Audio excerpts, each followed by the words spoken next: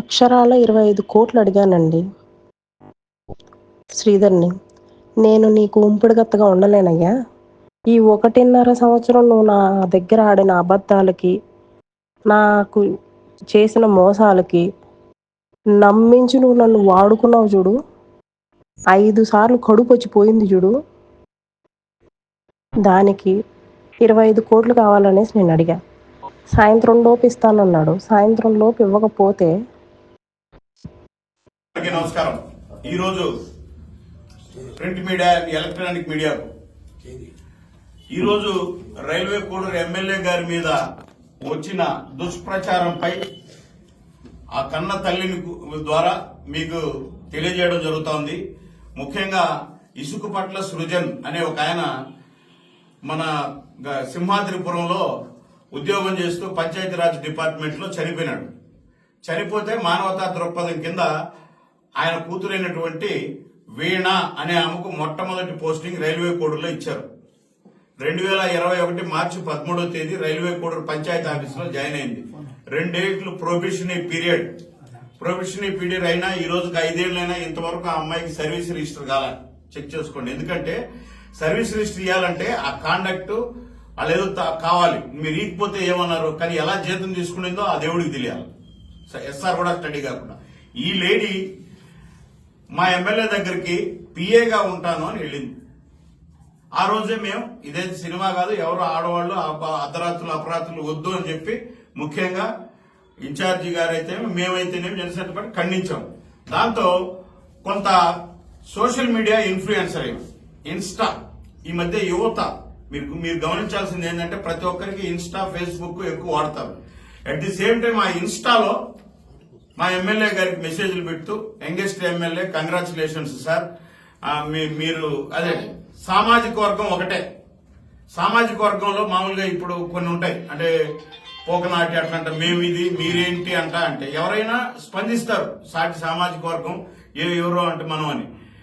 ఈమె ఎమ్మెల్యే గారికి కానీ వాళ్ళ మదర్ వాళ్ళ దగ్గరకు పోయి నేను మిమ్మల్ని మ్యారేజ్ చేసుకోవాలి, నేను శ్రీధర్ని చేసుకోవాలి అని చెప్పి పెళ్లి కానట్లు వాళ్ళ తల్లిదండ్రుల దగ్గర మీకు బంధువులు అవుతామని చెప్పి పోతే వాళ్ళు తీవ్రంగా ఖండించి పంపించారు. ఆ రోజు నుంచి శ్రీధర్తో చాటింగ్ చేస్తూనే వీళ్లతో విపరీతంగా ఫోన్లు చేస్తూ టార్చర్ పెట్టింది. ఎటువంటి టార్చర్ అంటే అటువంటి టార్చర్. ఆమె నేను హిస్టరీ చెప్పను గాని ఆమె ఈ విషయం తెలిసినాక మా బాధ్యతగా తీసుకొని నేను ఒకసారి ఆమెకు ఫోన్ చేశాను. అమ్మాయి ఏంటిది ఇలా వస్తున్నాయి, ఇది ఒక ఎంప్లాయీగా చూసుకోండి అంటే ఆ అమ్మాయి దగ్గర నుంచి వచ్చిన ఆన్సర్ ఏం తెలుసా? అన్నా మీరు కూడా ఇంత ఎడ్యుకేటెడ్ గా ఉండి ఇట్లా మాట్లాడతారా? I have good husband with golden child అని చెప్పింది. నాకు ఒక మంచి భర్త ఉన్నారు. ఎవరంటే అమ్మమ్మ సారీ అమ్మ, బయట మాట్లాడుకుంటున్నారు కాబట్టి చెప్పాను, అలా కాదు అని చెప్పి ఒక ఆడబిడ్డగా చెప్పాను. తర్వాత ఇప్పుడు నేను మాట్లాడే అమ్మాయితో దాని తర్వాత ఈ స్టోరీ అంతా జరిగిన తర్వాత మీకేం కావాలని అడిగితే నాకు మ్యారేజ్ కావాలి, నేను సారీ టు సే ఆ పాప నాతో చెప్పింది. నేను టెక్నికల్ గా కూడా మాట్లాడుతున్నాను. నన్ను ఈ సాక్షి ఛానల్ నేను అడుగుతున్నా వైసీపీ వాళ్ళను, ఆ పాప చెప్పిన ఆడియోలు ఉన్నాయి, వీడియోలు ఉన్నాయి. మీకు దమ్ముంటే ఎవరో నేను చర్చికి రమ్మని మీ ఛానల్కి పిలిచినా వస్తాను, ఏ ఛానల్కి పిలిచినా వస్తాను. సైంటిఫిక్ గా కూడా ఒక గైనకాలజిస్ట్ ని పిలిచి నిరూపించండి. మాతో ఛాలెంజ్లు చేసిన ఆడియోలు మా దగ్గర ఉన్నాయి. మాకు 5, 6 సార్లు 7 సార్లు ఈ సంవత్సరంలో నేను అదే సారీ చెప్తున్నా, ఒక ఆడబిడ్డగా జరిగింది అంటే అది హౌ ఇట్ ఈస్ పాసిబుల్ అని చెప్పి ఇవంతా ఫేక్ డీప్ వీడియో. నేనేం చేస్తానో చూడు, ఒక 100 సార్లు వార్నింగ్ ఇచ్చిన వీడియోలు ఉన్నాయి. ఆయనకు కాకుండా ఆయన స్పందించకపోతే మా అందరికీ నేను ఈ రోజే సాక్షికి పోతా, రేపు అక్కడికి పోతా అని చెప్పి ముందే చెప్పి పోయింది. ఈమె పెట్టిన కేసు రిజిస్టర్ అయింది దాదాపు 5-6 సెక్షన్ల కింద నాన్ బెయిలబుల్ కేసుగా. అలాగే ఒక విలేకరి పెట్టిన ఎఫ్ఐఆర్, ఈ 2 ఎఫ్ఐఆర్లు అయితే ఉద్యోగం ఉండదు. ఒక జర్నలిస్టు శంకర్రాజు అనే వ్యక్తి ఆయన మీద దాడి చేసింది.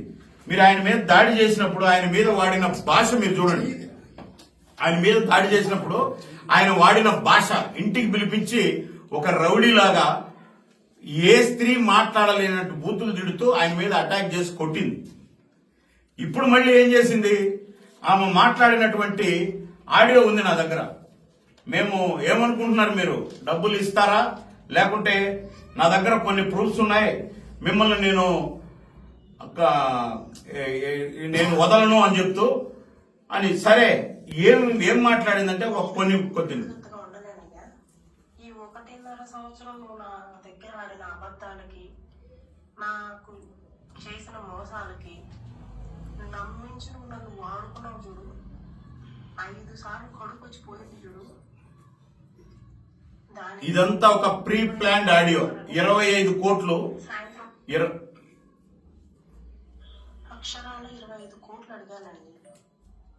ఎందుకంటే ఏం కావాలండి, ఇప్పుడు నేను మిమ్మల్ని అందరినీ చేతులు జోడించి అడుగుతున్నా, అసలు జనసేన పార్టీకి ఏ విధమైనటువంటి సంబంధం లేకుండా ఒక హనీ ట్రాప్ లేడీ 25 కోట్ల రూపాయల కోసం ఒక ట్రాప్ చేసి అతని దగ్గర ఏదో కొన్ని మెసేజ్లు పెట్టించుకొని అతన్ని వీధిలో పెట్టే ప్రయత్నం చేస్తూ అతని ద్వారా ఎవరో ఇవ్వాలని ఇది మన గౌరవ విలేకరుని మీద దాడి చేసినటువంటి వీడియో. అక్కడ వాడిన భాష మీరందరూ వినండి.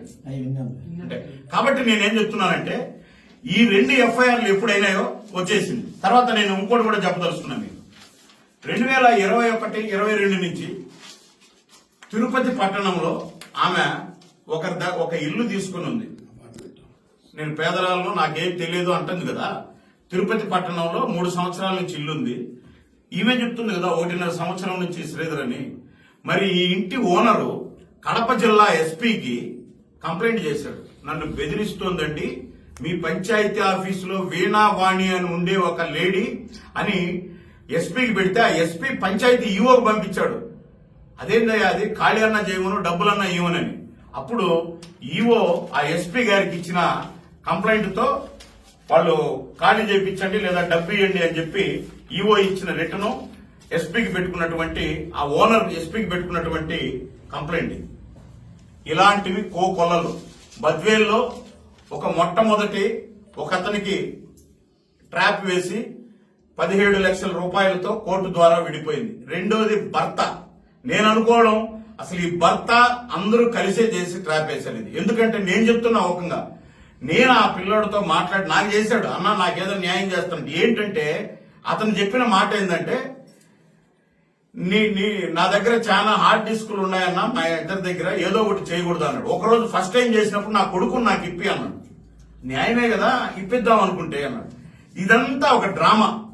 ఇది డబ్బుల కోసం చేసిన డ్రామాలో ఒక 28-29 ఏళ్ల యువకుడులాగా అందరిలాగే ఇన్స్టా చూస్తున్నటువంటి ఒక యువకుడిని, ఎమ్మెల్యేని మోసం చేసి ఇప్పుడు ఇది కూడా ఏం నడుస్తుంది, నేను ప్రత్యక్షంగా నా చెల్లెలు లాంటి దానివమ్మ, నువ్వు రా కూర్చొని మాట్లాడదామని నేను పిలిపిస్తే నాతో ఆ పాప దాదాపు 1 అవర్ 1.5 అవర్ మాట్లాడింది. మీకు నేను ఓపెన్ చెప్తున్నా.